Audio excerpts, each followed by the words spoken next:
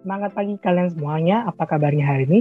Semoga kalian keadaan sehat-sehat saja dan tetap semangat walaupun masih belajar dari rumah. Hari ini kita akan masih membahas mengenai materi yang sebelumnya, yaitu di materi respon internasional terhadap proklamasi kemerdekaan Indonesia. Maka dari itu silakan simak video ini dari awal sampai akhir. Nah, di materi selanjutnya kita akan membahas mengenai pengakuan negara Australia. Jadi kenapa sih Australia memberikan dukungan kemerdekaan terhadap Indonesia? Nah, terjadi karena beberapa sebab. Sebab yang paling utama adalah karena memang terjadi hubungan baik antara Australia dan Indonesia. Nah, hubungan baik ini terjadi karena Australia dan Indonesia memiliki tujuan yang sama, yaitu ingin mengusir penjajahan Jepang.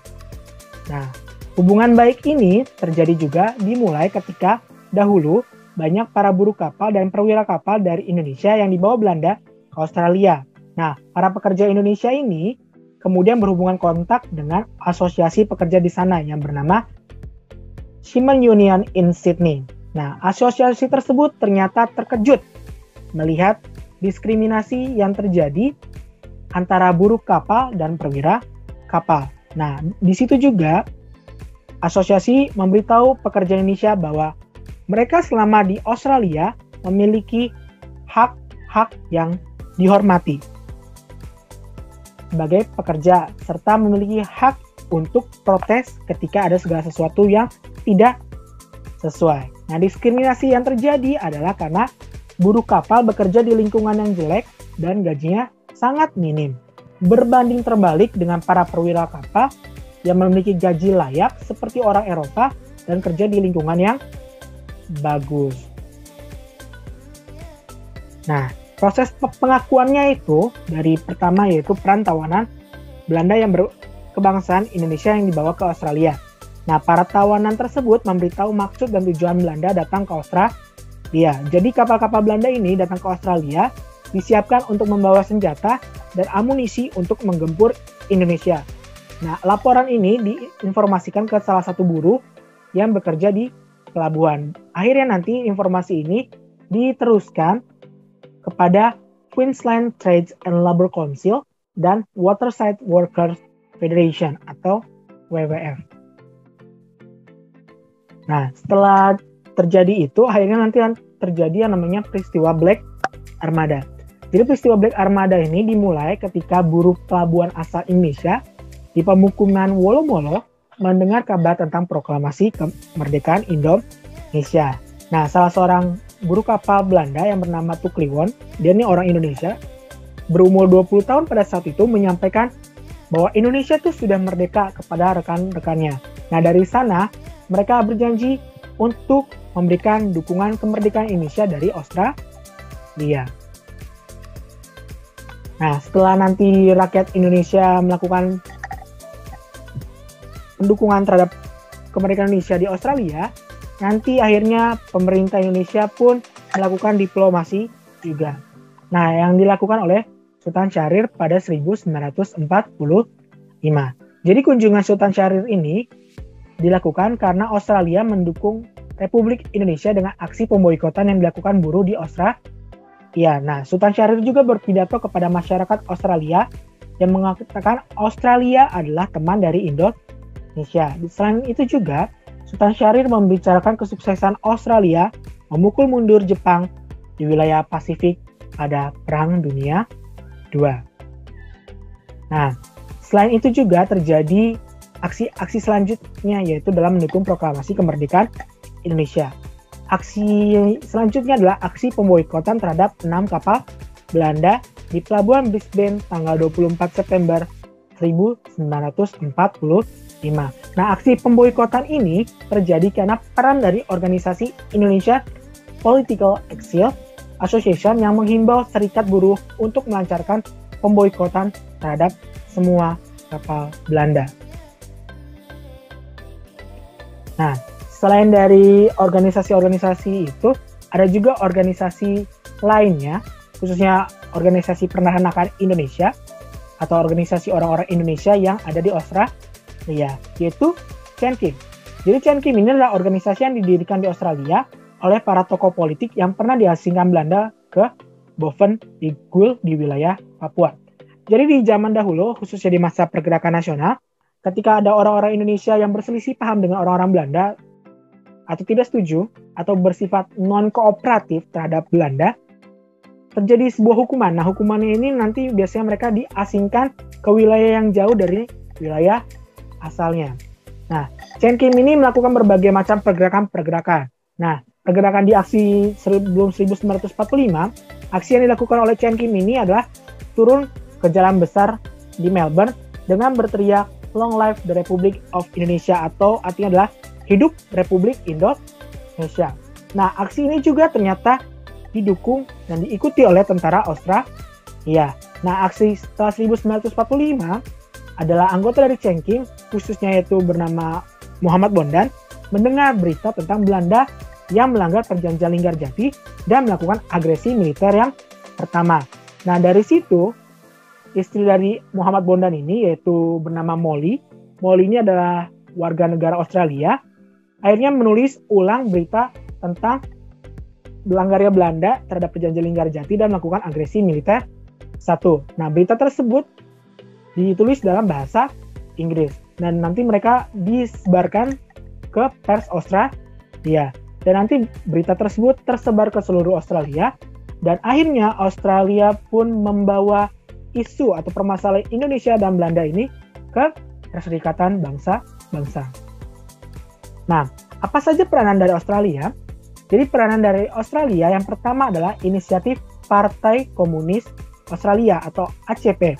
Nah, dan pimpinan komunis dari Serikat Buruh Perairan Australia pada tanggal 20 September 1945 di seluruh pelabuhan Australia. Apa aksinya? Aksinya itu adalah melarang pemuatan atas semua kapal Belanda yang mau ke Indonesia. Selanjutnya, tanggal 26 September 1945, Dewan Federasi memutuskan pemogokan menyeluruh terhadap semua kapal Belanda di Australia. Tanggal 28 September 1945, pekerja pelabuhan di Sydney menggelar aksi unjuk rasa di depan kantor Belanda dan di kantor diplomatik Belanda dengan memasang spanduk berisi desakan agar Belanda meninggalkan Indonesia.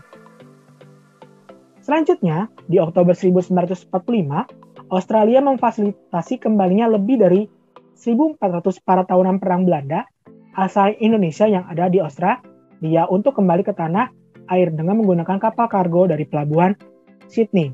Tanggal 31 Juli 1947, India dan Australia akhirnya pun mengajukan masalah Indonesia dan Belanda ini ke forum PBB. Dan di tanggal 12 Agustus 1947, dengan berbagai macam usahanya, akhirnya Australia berhasil meyakinkan PBB bahwa Indonesia punya kedudukan yang sederajat dalam persekitaran Indonesia dan Belanda. Nah, peranan Australia yang paling penting adalah ketika nanti di tanggal 25 Agustus 1947, Australia menjadi wakil Indonesia dalam Komisi Tiga Negara atau KTN. Selain negara Australia, ada juga negara-negara lainnya yang mendukung kemerdekaan Indonesia. Salah satunya adalah Palestina dan Vatikan.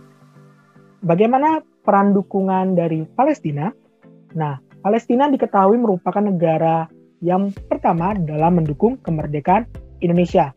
Walaupun memang Palestina pada saat itu hingga sehari ini masih dilanda perang atau dilanda konflik, namun Palestina masih tetap memberikan dukungan kepada kemerdekaan Indonesia. Dukungannya yang dilakukan adalah mengajak seluruh rakyat Palestina agar mendukung kemerdekaan Indonesia. Bahkan, saking Palestina ini memberikan dukungan yang penuh terhadap proklamasi kemerdekaan Indonesia, salah satu saudagar kaya yang berkewarganegaraan Palestina menyumbangkan uangnya di Bank of Arabia untuk perjuangan bangsa Indonesia menghadapi Belanda. Sangat luar biasa sekali, bukan? Nah, selain dari Palestina, ada juga dukungan dari negara Vatikan. Apa sih? Negara Vatikan itu kan sebagai pusat dari Katolik di dunia. Dengan harapan ketika Vatikan memberikan pengakuan terhadap negara Indonesia, maka nanti negara-negara lainnya juga memberikan dukungan terhadap proklamasi kemerdekaan Indonesia. Jadi Vatikan ini memberikan pengakuan kemerdekaan kepada Indonesia itu sebagai negara yang berdaulat dan merdeka pada tanggal 6 Juli 1947. Nah, sebagai tanda bahwa Indonesia adalah negara yang sudah diakui kemerdekaannya, makanya Vatikan membuka kedutaan besarnya di Indonesia yang bernama Apostolic Delegates. Selain itu juga Vatikan menunjuk George Mary Joseph sebagai duta besar Vatikan untuk Indonesia. Nah, karena ada kemerdekaan Indonesia, pasti kita juga harus membahas tentang penolakan Belanda.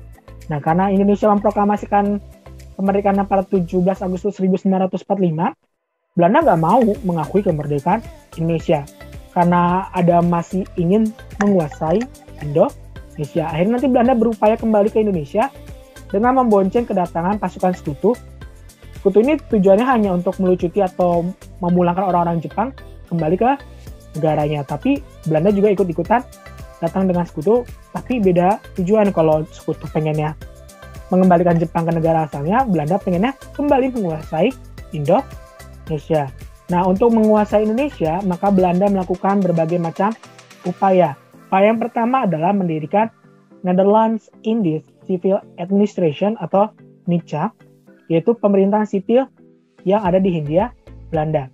Belanda juga agar pemerintahan Indonesia itu makin melemah, dia juga menguasai berbagai kota-kota penting yang ada di Indonesia. Selain menguasai kota-kota yang penting di Indonesia, Belanda juga membentuk negara federal atau negara serikat. Tujuannya apa? Tujuannya adalah untuk memecah-mecah persatuan. Harusnya Indonesia negara kesatuan, tapi sama Belanda dibentuk negara-negara boneka. Negara-negara kecil dipecah-pecah semuanya agar tidak ada terjadi persatuan. Contohnya ada negara Pasundan, negara Indonesia Timur, negara Sumatera Timur. Nah, penolakan Belanda juga dilakukan dengan mengingkari berbagai perjanjian dengan melakukan agresi militer Belanda. Nah, agresi militer yang dilakukan oleh Belanda atau disebut juga aksi polisional ini adalah aksi militer untuk merebut kembali wilayah Indonesia. Belanda melakukan agresi militer ini sebanyak 2 kali.